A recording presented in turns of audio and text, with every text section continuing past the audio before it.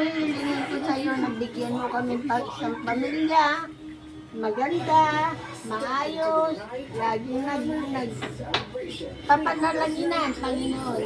Ikaw ang nagbigay namin ng buhay. Kaya ikaw, Panginoon, ang una namin makausap sa oras na ito. Ang aking mga anak, Panginoon, na sila'y malalayo sa akin, araw kilala mo sila. Sa iyo po, Panginoon, sila'y pinagpapatiwala. Lalo na, Panginoon, yung mula sa panganay hanggang sa bunso. Bilisan niyo. O ano, ayos na? Ayos na.